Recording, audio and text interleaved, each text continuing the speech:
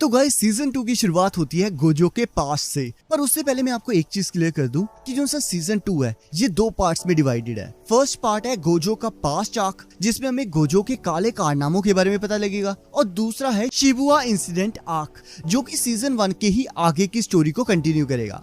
पर इस वीडियो में हम बात करेंगे गोजो के पास्ट के बारे में, और हमें पता लगेगा कि गोजो ने जो से ये काले कारनामे किए ना पास्ट में, उन सभी का सारा काला चिट्ठा हमारे सामने होगा। और हमें ये भी पता लगेगा कि क्यों इतनी लड़कियां इस पे मरती हैं। भाई हमारे लिए भी छोड़ दे।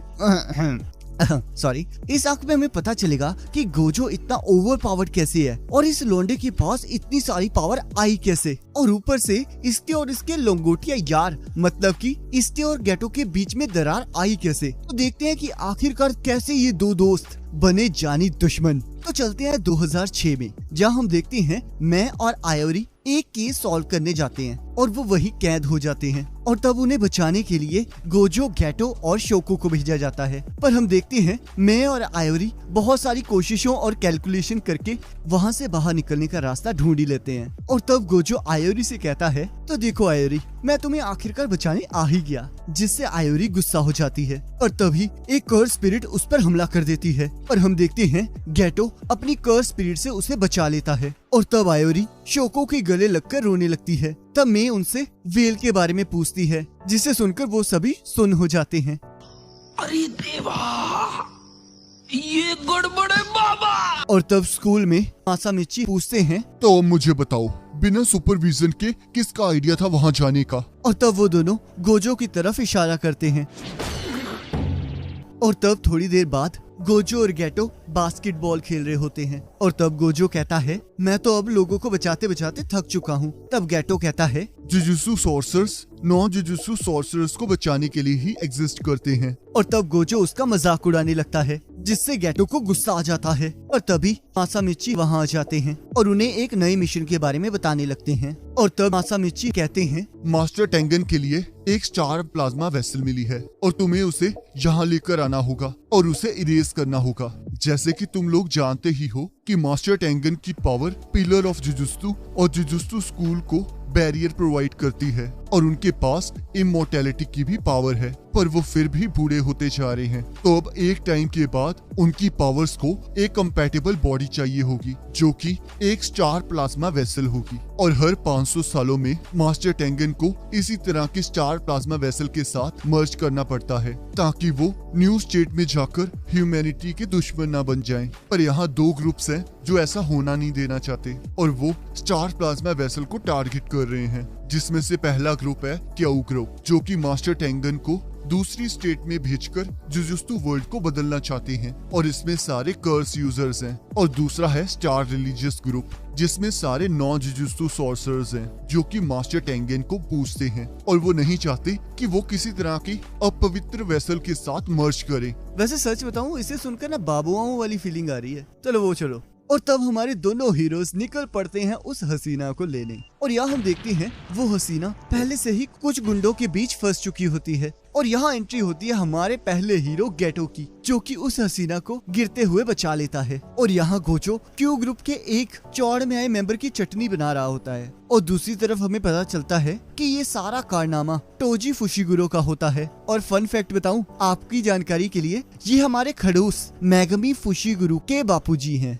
जिन्होंने अपने टमाटर को पैसों के लिए बेच दिया। ओए टमाटर नहीं है, सपुत्र है, सपुत्र। ओ सॉरी सपुत्र को। और ये सारे कारनामे वो स्टार रिलीजियस ग्रुप के पैसों के लिए कर रहा है, और उसने उन लोगों को गोजो को कमजोर करने के लिए भेजा होता है। और इधर वो हसीना, वो जालिम परी गोजो की बाहों में पड़ी, और उसके बाद गोजो के भी पड़ी। मुझे क्यों तोड़ा? और तब वो लड़की अपने कुंफू दिखाने लगती है, और तब गेटो उसे समझाने की कोशिश करने लगता है, पर वो लड़की उनका मजाक उड़ाने लगती है। तेरा तो गेम बचाना पड़ेगा। और तब वहाँ क्रोई आ जाती है, जो कि रिको को गेटो और गोजो के बारे में बताती है। तब गोजो कहता है ये लड़की तो चुड़ैल है, आखिरकार ये वेसल के लिए परफेक्ट कैसे बनी। और तब रिको अपनी बड़ाई करने लगती है, पर गैटो और गोजो उसे इग्नोर कर रहे होते हैं। और तब रिको स्कूल जाने की जिद करने लगती है और यहाँ गोजो मासामिची से कह रहा होता है कि हमें इस सिचुएशन में भी इस लड़की को स्कूल जाने देना चाहिए। तब मासामिची कहते हैं ये मास्टर टेंगन का ऑर्डर है, वो मर्जिंग से पहले इसकी सारी ख्वाहिशों को पूरा करना चाहते हैं। जिसे सुनकर गोजो को गुस्सा आ जाता है। तब गैटो गोजो को समझाते हुए कहता है इस लड़की ने वादा किया है कि ये मर्ज होने के बाद बैरियर की फाउंडेशन बनेगी, तो फिलहाल के लिए उसे अपने फ्रेंड्स और फैमिली के साथ मजे करने दो, क्योंकि वो बाद में ये सब कुछ नहीं कर पाएगी। और इधर टोजी रिको की फोटो को $30 मिलियन की बाउंटी के साथ वेबसाइट पर डाल देता है ताकि वो गोजो को थोड़ा वीक कर सके। और इधर स्कूल में 2 कर्स यूजर आए होते हैं जिन्हें गैटो की कर्सेस डिटेक्ट कर लेती हैं। तब क्रोई और गोजो रिको को ढूंढने के लिए चले जाते हैं और गैटो कर्स यूजर्स की तरफ चला जाता है। और तब हम देखते हैं गैटो एक शिकिगामी यूजर से मिलता है और अपनी कर्स मैनिपुलेशन टेक्निक से उस बूढ़े आदमी पर हमला कर देता है। और तब वो उससे बच के दोबारा से गैटो पर हमला कर देता है। और तब गैटो उसे एक इल्यूजन में फंसा देता है और उसे बहुत बुरी तरह मारता है। और यहाँ दूसरी तरफ गोजो रिको को ढूंढते हुए चर्च पहुँच जाता है, जहाँ सारी लड़कियाँ गोजो को देखकर उसकी दीवानी हो जाती हैं। तब टीचर भी गोजो को अपना नंबर देने लगती है, जिससे सारी लड़कियों के तन बदन में आग लग जाती है। और तब गोजो रिको को मौका पाते ही वहाँ से ले जाता है। और यहाँ हम देखते हैं एक दूसरे कर्स यूजर ने उन पर नजर रखी होती है और तभी वहाँ क्रोई आकर उस कर्स यूजर को बहुत बुरी तरह धोती है। और तभी गैटो अपने कर्सेस की मदद से उस कर्स यूजर को पकड़ लेता है, पर वो कर्स यूजर अचानक से गायब हो जाता है। और यहाँ गोजो और रिको के पास उस कर्स यूजर के काफी क्लोन्स आ जाते हैं। तब गैटो गोजो को बताता है रिको पर किसी ने टाइम बाउंटी लगाई है और ये परसों के अगले दिन सुबह 11 बजे एक्सपायर हो जाएगी। और तब गोजो अपना स्वैग दिखाते हुए 2 आदमियों को अपनी पावर से एक दूसरे के साथ स्ट्राइक करवा देता है। तब रिको कहती है आखिरकार इनमें से असली है कौन, और ये तो शिकिगामी की तरह गायब ही नहीं हुए। तब गोजो कहता है ये सभी क्लोन्स हैं और ये सारे के सारे असली हैं। और तब 2 क्लोन्स गोजो पर हमला कर देते हैं, पर गोजो की पावर की वजह से वो उस तक नहीं पहुंच पाते। और तब गोजो कहता है तो तुम अपने अकेले 5 क्लोन्स बना सकते हो और तुम हर बार अपनी मेन बॉडी को उस क्लोन में ट्रांसफर कर देते हो जो कि खतरे से बाहर होती है। तब वो कर्स यूजर कहता है आखिरकार तुम्हें मेरी कर्स एनर्जी के बारे में इतना कैसे पता? तब गोजो कहता है क्योंकि ये मेरी आंखें अकेले लड़कियों को इम्प्रेस करने के काम नहीं आती। मेरी पावर के कारण जो भी चीज मुझ तक पहुंचने की कोशिश करती है वो बहुत स्लो हो जाती है, जिसके कारण वो कभी मेरे तक पहुंच ही नहीं पाती। और जब मैं अपनी लिमिटलेस टेक्निक को एम्पलीफाई करता हूँ तब चीजें मेरी तरफ खींची चली आती हैं। और तब वो कर्स यूजर वहाँ से भागने लगता है। तब गोजो अपनी टेक्निक यूज करके उस पर्सन को पकड़ लेता है और अपनी reverse curse technique red use करने लगता है। तब गोजो हंसते हुए कहता है ओह मैं फिर से फेल हो गया। क्यों हिला डाला ना।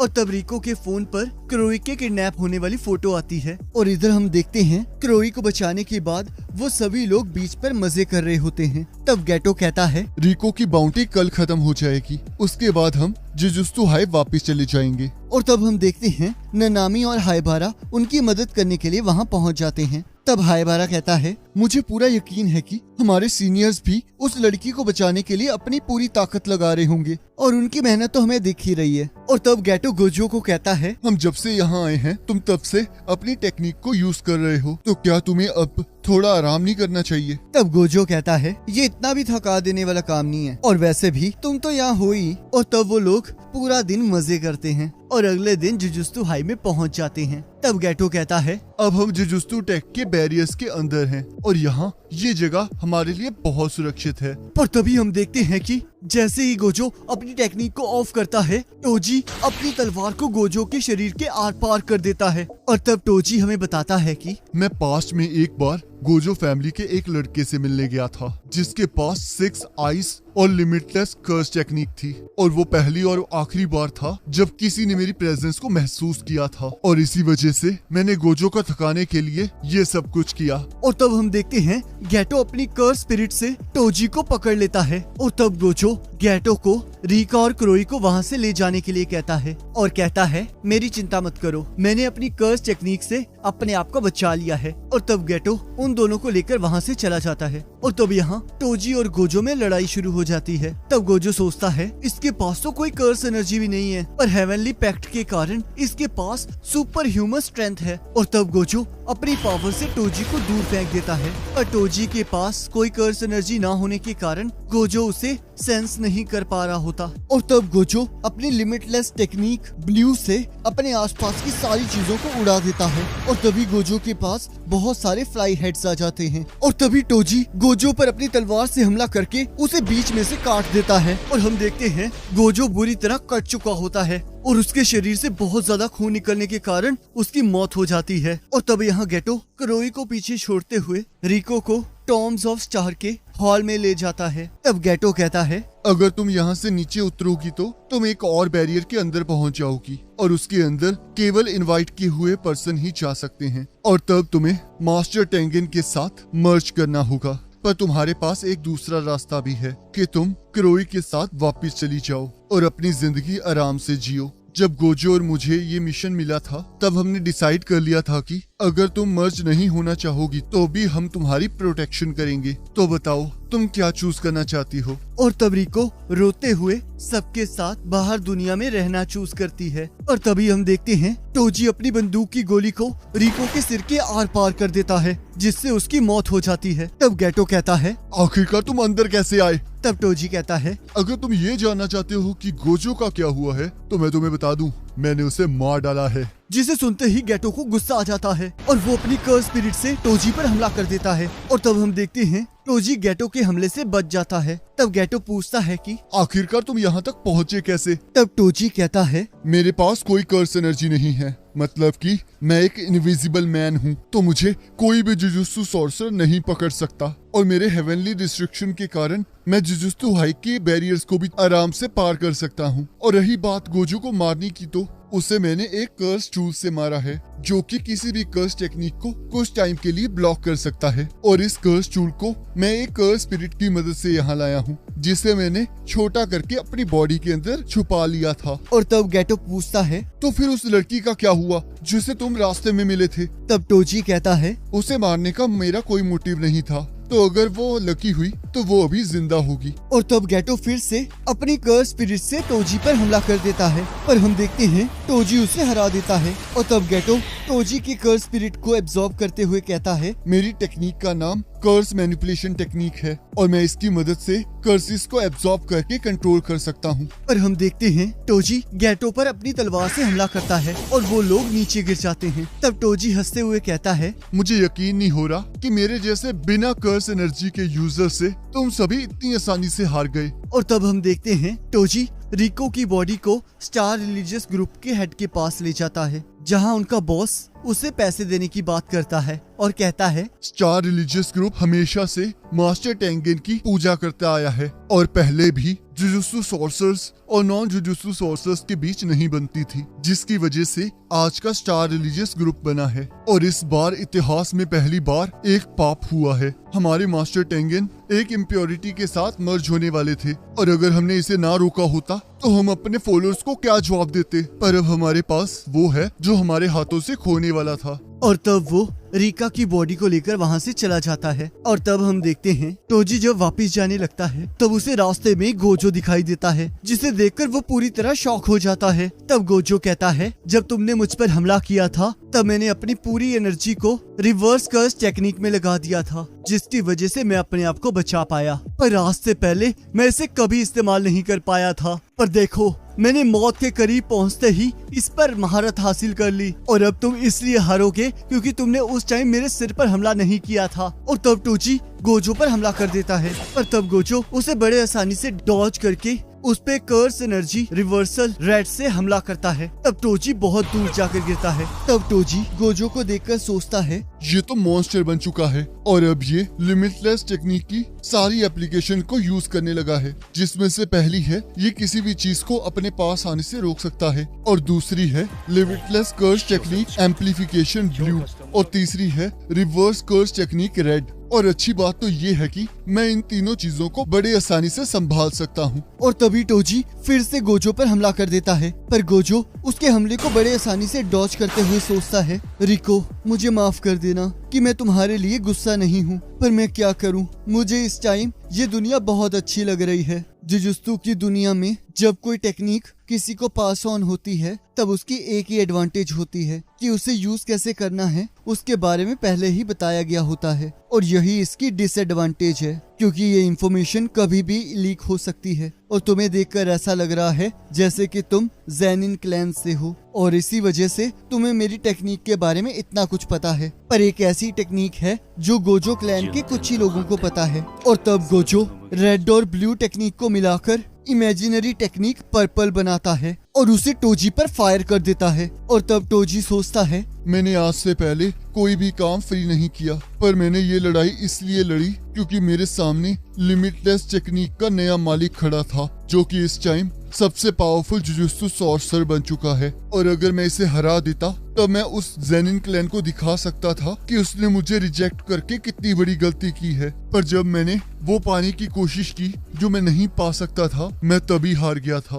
और तब टोजी अपने बच्चे को याद करता है और गोजो उससे उसकी आखिरी ख्वाहिश पूछता है। तब टोजी कहता है, आज से 2 या 3 साल बाद मेरे बेटे को ज़ेनिन क्लैन को बेच दिया जाएगा, तो मैं ये तुम पर छोड़ता हूँ कि तुम उसके साथ क्या करना चाहते हो। और तभी टोजी की मौत हो जाती है। और यहाँ हम देखते हैं गेटो गोजो को ढूंढते हुए स्टार रिलीजियस ग्रुप की एक फैसिलिटी पहुँच जाता है जहाँ सभी लोग तालियां मार रहे होते हैं और गोजो रिको की लाश को लेकर बाहर आ रहा होता है। तब गोजो कहता है कि क्या मैं इन्हें मार डालूं क्योंकि मुझे इस टाइम कुछ भी समझ नहीं आ रहा है। तब गेटो कहता है, इसका क्या फायदा होगा, ये लोग तो मामूली से फॉलोअर्स हैं, जिसने ये सब कुछ किया है वो तो अब तक भाग चुका है। और तब हमें 1 साल बाद का सीन दिखाया जाता है जहां हमें पता चलता है कि गोजो बहुत ताकतवर बन चुका है और अब वो काफी मिशंस अकेले करने लग गया है, जिसकी वजह से गेटो बहुत अकेला महसूस करने लगा है। और वो इस चीज में उलझा हुआ है कि उसे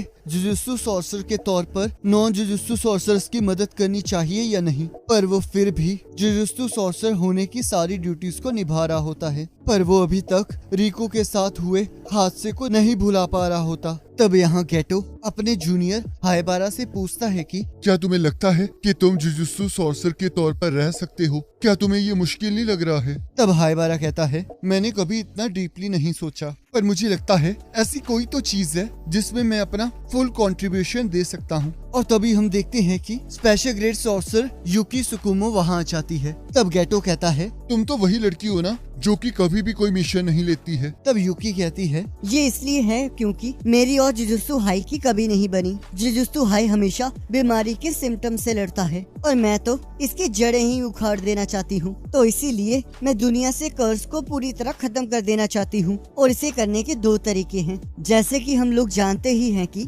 नॉन सॉर्सर्स की नेगेटिव एनर्जी से ही कर्सेस बनते हैं और हम जुजुत्सु सॉर्सर्स उस एनर्जी को अच्छी तरह यूज करना जानते हैं। तो पहला तरीका ये हो सकता है कि हम नॉन सॉर्सर्स को कर्स एनर्जी कंट्रोल करना सिखा दें, और दूसरा ये है कि हम उनकी कर्स एनर्जी को उनकी बॉडी से खत्म ही कर दें। और इसकी एक एग्जांपल टोजी फुशिगुरो था, क्योंकि हेवनली रिस्ट्रिक्शन के कारण उसके अंदर कोई भी कर्स एनर्जी नहीं बची थी। तब गेटो कहता है, इसे आसानी से करने का एक ही रास्ता है कि हम सारे नॉन सोर्सेस को मार ही दें। तब युकी कहती है, ये एक अच्छा आइडिया है। हम इस तरह बाकी नॉन सोर्सेस को इवॉल्व होने में मदद कर सकते हैं, क्योंकि अगर हम नॉन सोर्सेस को मारेंगे तो डर की वजह से नॉन सोर्सेस भी सोर्सेस बनने के लिए राजी हो जाएंगे। तो मुझे बताओ गेटो, क्या तुम नॉन सोर्सेस से नफरत करते हो? तब गेटो कहता है कि मैं विश्वास करता था कि सॉर्सर्स नॉन सॉर्सर्स को बचाने के लिए ही एग्जिस्ट करते हैं, पर मेरे साथ कुछ ऐसा हुआ जिसने मुझे इस पर सवाल करने पर मजबूर कर दिया। और अब मुझे ये समझ नहीं आ रहा है कि आखिरकार मेरी सच्चाई क्या है। क्या मैं नॉन सोर्सर्स को बचाना चाहता हूँ या फिर मार डालना चाहता हूँ? तब युकी कहती है, अभी तुम्हारी सच्चाई इनमें से कुछ नहीं है। जिस दिन तुम इनमें से किसी एक रास्ते को चुन लोगे, उस दिन से वही तुम्हारी सच्चाई बन जाएगी। और तब युकी वहाँ से जाने लगती है। और जाते हुए बताती है कि तो मास्टर टेंगन की चिंता मत करो, लगता है उन्हें नई स्टार प्लाज्मा वेसल मिल चुकी है, इसी वजह से वो अभी शांत हैं। और तब गेटो देखता है कि ननामी के साथ एक मिशन पर हायबारा मारा जाता है और तब गेटो सोचता है कि सॉर्सर की जिंदगी मैराथन दौड़ने के बराबर होती है और इसके आखिर में सिर्फ मौत ही लिखी होती है। तब हम देखते हैं कि गेटो एक मिशन के लिए एक विलेज में जाता है जहां 2 लड़कियों को विलेजर्स ने पकड़ा होता है जिन पर कर्स एनर्जी यूज करने का इंजाम होता है और विलेजर्स उन्हें बुरा भला कह रहे होते हैं। तब गेटो उन विलेजर्स को मारकर उन लड़कियों को बचा लेता है और यहाँ मासामिची और गोजो दोनों ये खबर सुनकर हैरान हो जाते हैं। और तब यहाँ गेटो शोको से मिलने आता है और शोको गोजो को गेटो के शिनजुकू में होने के बारे में बताती है। तब गोजो वहाँ आकर गेटो से ये सब कुछ करने का कारण पूछता है। तब गेटो कहता है, मैं एक ऐसी दुनिया बनाना चाहता हूँ जहाँ सिर्फ जुजुत्सु सॉर्सर्स ही एग्जिस्ट करेंगे। तब गोजो कहता है, क्या तुम इसके लिए अपने माँ बाप को भी मार डालोगे? तब गेटो हाँ कहता है। तब गोजो कहता है कि ये पॉइंटलेस है और ये एक ऐसी चीज है जो तुम कभी नहीं कर सकते, ये तुम्हारे लिए इम्पॉसिबल है। तब गेटो कहता है, ये झूठ है गोजो, ये सब कुछ तुम बहुत आराम से कर सकते हो और तुम फिर भी मुझे ये कन्विंस कर रहे हो कि ये इम्पॉसिबल है। तो मुझे बताओ गोजो, क्या तुम ताकतवर हो इसलिए गोजो सातुरो हो या फिर तुम गोजो सातुरो हो इसलिए ताकतवर हो? और अगर मैं तुम बन जाऊं तो क्या मेरे ख्यालात भी सही लगने लगेंगे? तो अब मैंने सोच लिया है कि मैं अपनी जिंदगी कैसे जीऊंगा और अब मैं ये सोचूंगा कि इसे पाने के लिए मैं क्या क्या कर सकता हूँ। और तब गेटो वहाँ से चला जाता है और तब यहाँ गोजो मासामिची से पूछता है, क्या मैं ताकतवर हूँ? तब मासामिची हाँ कहते हैं। तब गोजो कहता है, पर मेरे ताकतवर होने का क्या फायदा, मैं सिर्फ उन्हें ही बचा सकता हूँ जो खुद बचना चाहते हैं। तब इधर हम देखते हैं गेटो स्टार रिलीजियस ग्रुप को डरा धमकाकर अपनी तरफ कर लेता है और यहाँ गोजो टोजी के बेटे मेगुमी फुशिगिरो को ढूंढ लेता है और उसे बताता है कि उसके फादर जेनिन क्लैन से बिलोंग करते थे और अब उसके पास भी कर्सिस को देखने की पावर आ चुकी है जिसकी वजह से जेनिन क्लैन उसे पाना चाहता है। और तब फुशिगिरो कहता है, मुझे अपने फादर के बारे में कुछ नहीं जानना क्योंकि वो और सुकुमी की माँ हमें यहाँ छोड़कर चले गए थे और अब हमारा उनके साथ कोई लेना देना नहीं है। तब गोजो कहता है, ठीक है, पर अगर तुम्हें कभी कुछ जानना हो तो तुम मुझसे पूछ सकते हो। तो अब मुझे बताओ, क्या तुम जेनिन क्लैन के पास जाना चाहते हो? तब फुशिगिरो कहता है, क्या सुकुमी वहाँ खुश रहेगी? तब गोजो उसे मना कर देता है जिससे फुशिगिरो चिड़चिड़ा हो जाता है। तब गोजो कहता है, चिंता मत करो, तुम सब कुछ मुझ पर छोड़ दो और हाँ, मैं तुमसे बहुत मेहनत करवाऊंगा ताकि तुम मुझसे भी ज्यादा स्ट्रॉन्ग बन सको। और तब हमें प्रेजेंट का सीन दिखाया जाता है जहाँ फुशिगिरो, नोबारा और इटाडोरी गोजो को उठा रहे होते हैं और तब गोजो हंसने लगता है। और इसी के साथ सीजन 2 का फर्स्ट पार्ट यानी कि गोजो पास्ट आर्क खत्म हो जाती है। अब इसके बाद स्टार्ट होगी शिबुया इंसिडेंट आर्क जो कि जुजुत्सु काइसेन की सबसे एपिक आर्क है जिसका लिंक आपकी स्क्रीन पर आ रहा होगा। आप उस पर क्लिक करके उस वीडियो को देख पाओगे।